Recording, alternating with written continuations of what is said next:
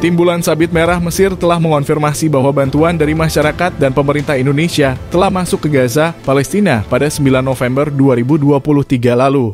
Hal ini disampaikan Dubes RI untuk Mesir, Lutfi Rauf, dilansir dari laman resmi kemenlu.go.id Selasa 14 November 2023. Selanjutnya, kami akan terus berkoordinasi dengan pihak Bulan Sabit Merah Palestina untuk memantau proses distribusi bantuan ke tujuan akhir yaitu berbagai rumah sakit di wilayah Gaza dan pihak-pihak yang membutuhkan, tegas Dubes Lutfi.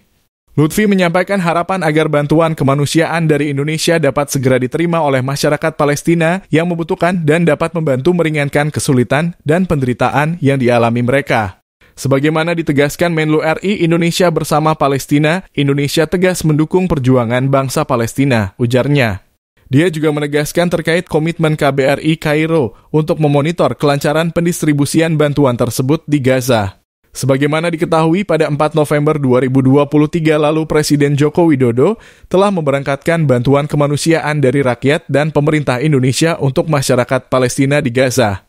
Bantuan tahap pertama sebanyak 8 ton tersebut terdiri dari bahan makanan, peralatan medis, selimut, tenda dan barang-barang logistik lainnya. Pengiriman tersebut dipimpin oleh Wakil Menteri Luar Negeri Pahala Mansuri dan telah diterima oleh KBRI Kairo bersama perwakilan ERC dan perwakilan otoritas Mesir di Bandara Internasional El Arish, Sinai Utama Mesir pada 6 November 2023. Berdasarkan pantauan KBRI Kairo, setelah melalui rangkaian proses ground handling dan transit di gudang tanggal 6 November 2023, pada 7 November 2023, barang bantuan tersebut telah diangkut dengan truk-truk lori ke pool antrian pertama barang bantuan di Al Arish, Sinai Utara, Mesir dan selanjutnya langsung bergerak menuju Nitzana, wilayah perbatasan Mesir-Israel yang berjarak 42 km dari Rafah.